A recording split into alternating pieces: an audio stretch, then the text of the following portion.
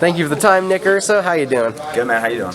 I'm doing well. We're getting ready for LFA 10. It seems like, what, we got 4 guys from the gym? Yeah, it started out just me and Andrew. Now there's 4 of us.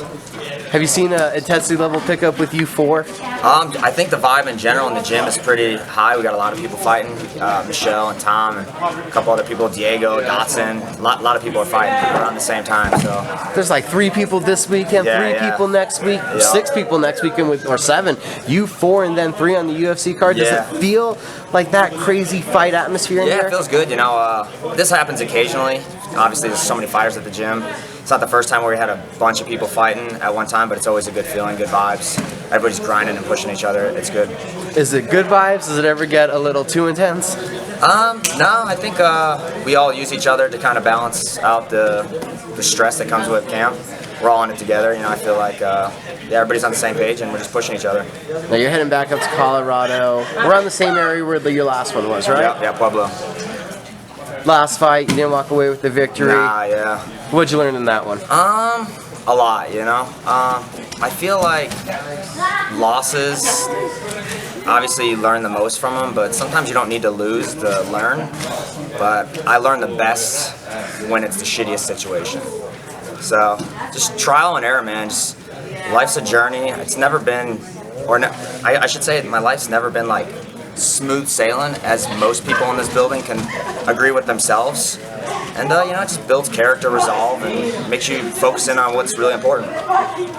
So you bounced back pretty well because everybody right there, you came off the RFA fight, the momentum was rolling again. Right. Did this loss hurt like people would think from that, or did it just sting for a little bit? Yeah, you know, I've been in the fight game a lot longer now.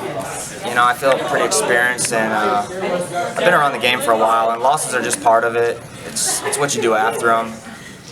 You know, it's whatever. Sometimes I feel like I beat myself, and sometimes I feel like, you know, fuck it. So, fuck it. And I haven't seen the video. I didn't see that last fight with Nick Mamlis. But John Dodson told me, he was like, Nick beat the shit out of him in the first round, and then it kind of changed in the second. Yeah, well, I've won the first 2 rounds for sure. 3rd round kind of went sideways. My dad's gonna kill me for this, but I was raised that excuses are for pussies. He told me to stop swearing, but sometimes you gotta use certain words. I don't like excuses. I don't make excuses. It is what it is. Nick Mamlis came away with the win, and it is what it is. And now, is it refreshing for you or reassuring? You get a fight right away. You get to be able to get back in there quickly. Before the Mamlis fight, I wanted to fight for LFA, and we wanted to keep me active. And I'm fighting for LFA like I wanted to. So regardless of what would have happened with that situation, if I would have knocked him out in the first 20 seconds, or I would have got knocked out in the first 20 seconds, I planned on trying to get on an LFA card. So it worked out good. I'm excited to be fighting for him. Access TV is a good platform. You know, I fought for Legacy and RFA. It'll be good to fight for them post-merger. They run a good show. Everybody in charge over there is top-notch. So yeah, I'm excited about it. Brandon Royval, the opponent, what do you know about him? About as much as I know about most of my opponents. I don't really pay too much attention to what's going on over there. I just work on my weaknesses, my strengths, my all-around game, and I don't really give a shit about the opponent because I've had quite, as you know, throughout my career, I've had opponent changes left, right, down the middle. It's just like whatever. I only focus on myself and what I need to do. I feel like if I'm prepared, it's irrelevant who I'm fighting. So what's been the biggest things lately that you felt that you needed to shore up?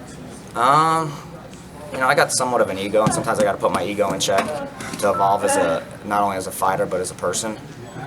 So yeah, I just back in the process of just grinding. But when I lived out here in the dorms, I know you saw me in the gym all the time, right? Back doing that, just a little smarter, lot less brain damage. And also, even to a couple months ago, I used to cite this guy that was ridiculously blowing up my timeline with these midnight videos of bags in a garage and a lot of stuff. Do you feel like you gotta get back more on a grind? Yeah. You know, sometimes you get complacent with what you're doing and everything, not just fighting, and that's just natural. And I need to be stimulated. The ADD's strong, right? I need to have something that I focus in on 100%, because if, like I always say, it's either 120% or not at all, and it's really true for me.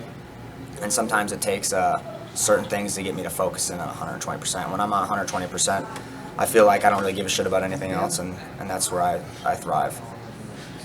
And now leading into this one, what are your feelings, your thoughts heading into a fight, getting to get that loss out of your mind, getting back into the I cage? feel good. Regardless of the last fight, I feel good. It's been a really solid camp. I'm pleased with the stuff that I wanted to work on. I'm in great shape. You know, I've had some really great training partners, a lot of guys that really put themselves out there to make sure I get the work in that I need to. And, you know, it's been a good camp, very good camp. And also, just for everybody wondering, we talked so long about your striking. Now I'm in here watching wrestling practice, and you're double-legging through everybody. Yeah, you know, early in the it's all about evolution, man. So sometimes I had to learn the hard way. I would tend to skip wrestling practice when I lived here before I left to Chicago. And if you skip 1 or 2 wrestling practices, next thing you know, you're not going to any wrestling practices. So I knew I said I had to just say fuck it and just go to Chicago and go to Izzy's, and there was no way I was going to be able to avoid the wrestling. So spending a lot of time up there with just the grind and hustle of those kids up there at Montini and just his wrestling club and just the Izzy style in general, really it was huge for me as a fighter, as a wrestler now, and just in life in general. And then I've been spending a lot of time with Jafari, Super D Wrestling, just fine tuning. You got Harry here, Chad. There's just a lot of input, you know. The knowledge and skill, I feel like, has always been at a pretty high level with the wrestling due to the coaches I've had, especially my brother, very intelligent guy. But just putting the mat time in is, you know, it's just, you can't beat around the bush with that, and I've definitely put the mat time in. And I think I've seen you here pretty often now at wrestling practice. Yeah, I haven't missed wrestling practice in quite a bit.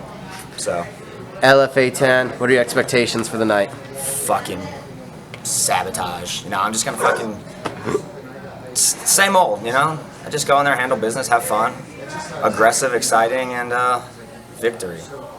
Thank you for the time, sir. Thank you, bro.